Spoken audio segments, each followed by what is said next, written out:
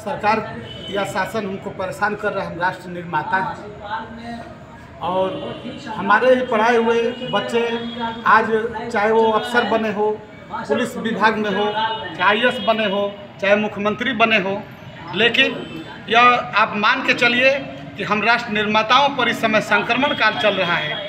पहले तो हम लोगों को फंसाने के लिए हम लोगों के मोबाइल से ही छोटा छोटा काम लिया जाने लगा और उसके बाद फिर उस मोबाइल से अब जनता के अंदर यह संदेश जाने लगा कि अध्यापक केवल बैठ कर के मोबाइल चला रहा है, बच्चों को नहीं पढ़ा रहा है। उसके बाद स्कूल टाइम के बाद अगर हम अपने ही कार्य के लिए जो PFMS के माध्यम से जो सरकार एक फंड भेजती है विद्यालय के कार्य के लिए, उसके लिए क्या तो आप स्कूल टाइम के बाद काम करिए। जब बैंक में हम जाते हैं तो बैंक वाले कहते हैं कि आप 12 बजे आइए, तो हम इनका टाइम एंड मोशन का पालन करें कि क्या करें। हम 6 बजे अगर अपना परिवार और घर छोड़ते हैं बिना खाए पिए, विद्यालय में जाके रहते हैं, तो इसके बाद इनकी एक स्कूल टाइम के बाद मीटिंग चलती है, रोज़ इनकी मीटिंग चलती है, इनके मीटिंग को अटेंड करें।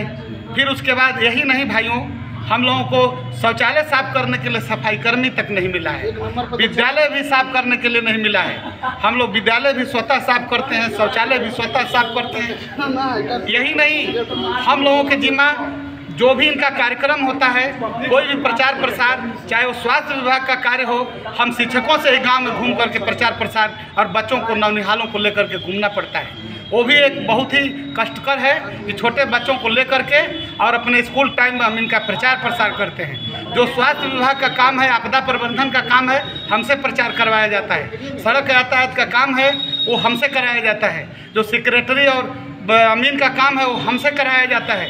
हमको बाध्य कर दिया गया है और उसके बाद भी कहा जाता है कि ये तो कहावत है ना कि टायर है ना ट्यूब है, साइकिल है, आपको 40 किलोमीटर आधे घंटे में पहुंचना है। इस तरह की यह रवैया है। आप हमको पहले सुविधाएं प्रदान करें और उसके बाद हम पढ़ाते हैं कि नहीं। आपका एक बार अभियान चला, उस अभियान में आपने क्रॉस चेकिंग करवाया, उसमें एक महोदय हुआ करते थे विजय किरण आनंद, उन्होंने कहा करें इतने क्रॉस चेकिंग के बाद भी शिक्षक नहीं पकड़े गए। उनको बहुत कष्ट हुआ कि शिक्षक क्यों नहीं पकड़े गए, इसलिए उन्होंने फिर जाल बुन रखा है कि भाई अध्यापक कैसे पकड़ा जाएगा। तो फिर इसलिए कि अब 8 बजे आप आए और आपका नेटवर्क विद्यालय पर नहीं है या ऐप बंद हो गया है, तो आप बंद हो जाएगा तो स्वतः आप स्कूल में रहते हुए गैर हाजिर मान लिए जाएंगे और शासन कहेगा कि अध्यापक बेईमान है और समाज में हमारे प्रति एक घृणा फैलाई जा रही है और फैलाया जाएगा कि अध्यापक बेईमान है और अध्यापक चोर है, काम नहीं करता है। एक अध्यापक पर एक पहाड़ी थी, वो जा रही थी, रास्ते में लोग मिलते जा रहे थे और कह रहे थे एक छोटा सा सामान है बहन लेते जाओ, एक छोटा सा सामान है बहन लेते जाओ। उस पहाड़ी का बोझा इतना बड़ा हो गया, इतना बड़ा हो गया कि वो पहाड़ पर पहुंचने से पहले ही वो ध्वस्त होकर नीचे गिर गई। वही हालत हम शिक्षकों का है। एक काम, एक मिशन रहता है कि हमें केवल स्कूल में समय से जा करके और समय से पढ़ाने का कार्य अगर करना होता है तो वास्तव में जो प्राइवेट स्कूल जो नेताओं के चल रहे हैं, व्यापारियों के चल रहे हैं, वो सारे बंद हो जाते हैं और सारे लोग हम लोगों के, हम जो टीचर हैं, हम पढ़े लिखे लोग हैं, हम अपने योग्यता के आधार पर इस विभाग में आए हैं, किसी से भीख मांग कर नहीं आए। आप साहब ये सोचिए कि हम 62-63 साल आज का नौजवान नौकरी करेगा, आज वेतन पा रहा है, कल वेतन नहीं मिलेगा, रिटायर होगा तो उसको पेंशन के नाम पर झुनझुना मिलेगा, कुछ नहीं मिलेगा। और एक नेता अगर 4 बार नेता हो गया, 4 बार मंत्री हो गया, राज्यसभा, विधानसभा, लोकसभा, जो भी सदस्य बनेगा 8 पेंशन पाता है। ये भी जनता सवाल इनसे क्यों नहीं करती है।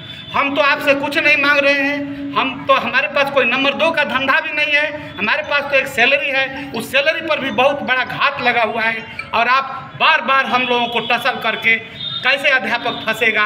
बैठ करके IAS टाइप के जो बैठे हुए हैं दिमाग देश को विकास करने में नहीं लगा रहे हैं, बस इसी मुद्दे पर लगा रहे हैं कि अध्यापक कैसे फंसेगा, अध्यापक कैसे बेईमान बनाया जा सकता है, अध्यापक कैसे चोर बनाया जा सकता है। शौचालय साफ करने वाला अध्यापक, झाड़ू लगाने वाला अध्यापक, MDM की व्यवस्था करने वाला अध्यापक और गाँव में घूम करके प्रचार प्रसार करने वाला अध्यापक, परीक्षा की ड्यूटी करने वाला अध्यापक, वोटर लिस्ट की गणना करने वाला अध्यापक और जनगणना करने वाला, पशुगणना करने वाला, आर्थिक गणना करने वाला अध्यापक, सारे काम का बोझ हम पर लागू किया जाता है। यही नहीं, कहा जाता है कि स्कूल टाइम में आप कुछ नहीं कर सकते और स्कूल टाइम के बाद समय कौन सा बचता है, किसके घर रात में के अंधेरे में जाकर हम जनगणना और पशुगणना और बालगणना करेंगे।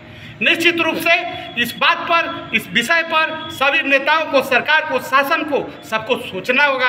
जिसके वजह से आप वहां पहुंचे हैं, उसी के विषय पर आप बेईमान और चोर बना रहे हैं। यह भारतवर्ष के बहुत दुर्भाग्य है कि राष्ट्र निर्माता कोई चोर और बेईमान कहा जा रहा है। बहुत से मीडिया के साथियों ने कहा कि भाई अध्यापक चोर है, और वो उसके ऊपर भ्रष्टाचार का आरोप लगा हुआ है सुधीर कुमार के ऊपर, और हम लोगों को चोर बना रहा था।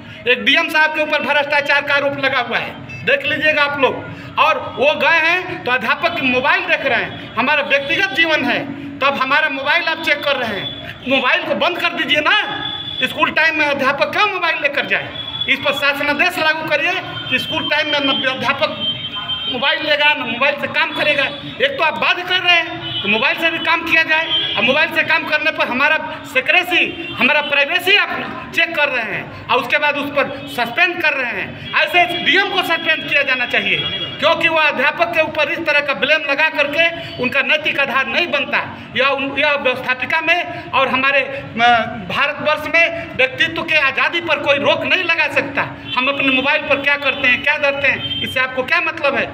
आप स्कूल टाइम में हमको अपनी मोबाइल दिए हो, सरकार की मोबाइल हो, सरकार का सिम हो, सरकार का डाटा और पैसा हो, वो चीज़ अगर हो तब तो आप रोक लगाते, तो कहते कि सरकारी चीज़ का दुरुपयोग किया गया। लेकिन हम अपने चीज़ का, हमारे से आप अपना काम भी ले रहे हैं, गधा भी बना मजदूरी करा रहे हैं, और उसके बाद हमें दोषी भी सिद्ध कर रहे हैं। बहुत कुछ कहना नहीं है साथियों, देश जानेगा। राष्ट्र निर्माता जिस दिन दोषी पाए, दोष लगता है राष्ट्र निर्माता पर, उस दिन देश ध्वस्त होता है। यह देश ध्वस्त करने का कार्य किया जा रहा है। 6.5 लाख 7 लाख